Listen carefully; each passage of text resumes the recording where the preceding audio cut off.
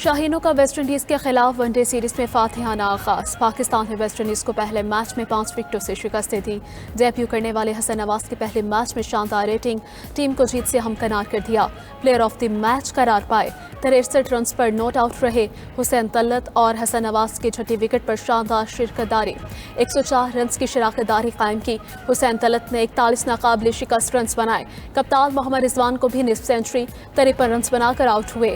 بابر اعظم 47، عبداللہ شفیق 29 runs بنا کر out ہوئے۔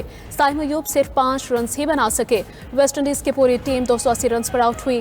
شاہین شاہ آفریدی کے 4 اور نسیم شاہ نے 3 شکار کیے۔ آذربائیجان اور آرمینیا کے درمیان 35 سالہ تنازع ختم۔ امریکی صدر ڈونلڈ ٹرمپ نے دونوں ملکوں میں صلح کروا دی۔ دونوں ملکوں کے سربراہان نے ایک دوسرے کو گلے لگایا۔ وزیر اعظم آرمینیا اور صدر آذربائیجان نے مکمل جنگ بندی معاہدے پر دستخط کر دیے۔ امریکی صدر ڈونلڈ ٹرمپ نے کہا کہ دونوں ملک تجارت اور معیشت کو ترجیح دیں۔ جنگیں نہیں، تجارت چاہتا ہوں۔ ایرانی جوہری طاقت کو بھی ختم کر دیا۔ جنگ بندی کروانے پر آذربائیجان اور آرمینیا نے ٹرمپ کو نوبیل انعام کے لیے نامزد کر دیا۔ صدر الہام علیوف نے کہا کہ امریکہ نے 33 سال بعد آذربائیجان سے پابندیاں اٹھائیں۔ پابندیاں ختم ہونے سے امریکہ کے ساتھ تجارتی روابط کو فروغ ملے گا۔ وزیر اعظم آرمینیا نے کہا صدر ٹرمپ کی مدد کے بغیر امن معاہدہ ممکن نہیں تھا۔ آرمینیا اور آذربائیجان نے تاریخی سنگ میل حاصل کیا۔ روس یوکرین جنگ رکوانے کا مشن، امریکی صدر ڈونلڈ ٹرمپ ان ایکشن۔ کہا روس کے ساتھ مذاکرات کا آغاز ہو گیا، ڈیل آخری مراحل میں ہے۔ روس سے یوکرین سے متعلق اہم میٹنگ طے پا گئی۔ روس اور یوکرین کے صدور سے جلد ملاقات ہوگی۔ 15 اگست کو پیوٹن سے ملاقات شیڈول ہے۔ ادھر روس کی جانب سے جنگ بندی شرائط بھی سامنے آ گئی۔ یوکرینی فوج نے ڈونیٹسک اور لوہانسک سے مکمل انخلا کا مطالبہ کر دیا۔ امریکی جریدے وال اسٹریٹ جرنل کے مطابق روسی صدر پیوٹن نے جنگ بندی شرائط امریکی ایلچی اسٹیو وٹکوف سے ملاقات میں پیش کی۔ یوکرینی حکام نے کہا کہ یوکرین کی شمولیت کے بغیر کوئی بھی علاقائی معاہدہ قابل قبول نہیں ہوگا۔ امریکی صدر ڈونلڈ ٹرمپ نے ایک بار پھر بھارتی طیارے گرنے کی تصدیق کر دی۔ کہا پاکستان اور بھارت کا تنازع بڑا تھا، آسمان پر طیارے گرائے جا رہے تھے۔ پاکستان اور بھارت جنگ میں 5 یا 6 جنگی طیارے گرائے گئے۔ میں نے دونوں ایٹمی ملکوں میں جنگ بندی کروائی، دونوں ملکوں کو جنگ سے تجارت کی طرف لے کر آیا۔ پاکستان اور بھارت جنگ سے پوری دنیا متاثر ہوتی۔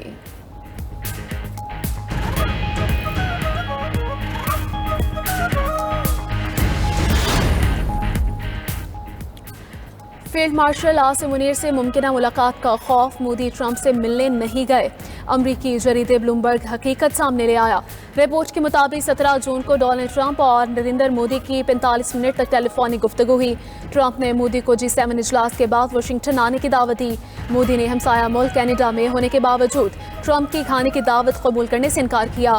مودی کو خدشہ تھا کہ ٹرمپ فیلڈ مارشل سعید عاصم منیر سے ملاقات نہ کروا دے۔ بلومبرگ کے مطابق بھارت نے فیلڈ مارشل اور ڈونلڈ ٹرمپ کی ملاقات روکنے کی پوری کوشش کی مگر کامیابی نہ ہوئی۔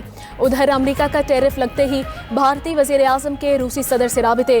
بھارتی میڈیا کے مطابق ٹیلی فونک گفتگو باہمی 2 طرفہ روابط کو مزید گہرا کرنے کا اعادہ کیا گیا۔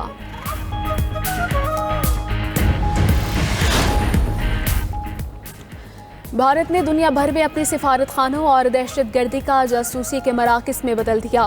سکھ فار جسٹس کے رہنما گرپتونت سنگھ پنو کہتے ہیں امریکہ میں بھارتی سفارت خانہ قتل کی سازشوں کا کمانڈ سینٹر بن چکا۔ صدر ڈونلڈ ٹرمپ نے بھارت کی سرحد پار دہشت گردی کا جواب ٹیرف بم سے دیا۔ سکھ صدر ٹرمپ کا شکریہ ادا کرنے کے لیے 17 اگست کو واشنگٹن میں ایک دعائیہ تقریب میں شریک ہوں گے، جس کے بعد خالصتان ریفرینڈم کی ووٹنگ کا آغاز ہوگا۔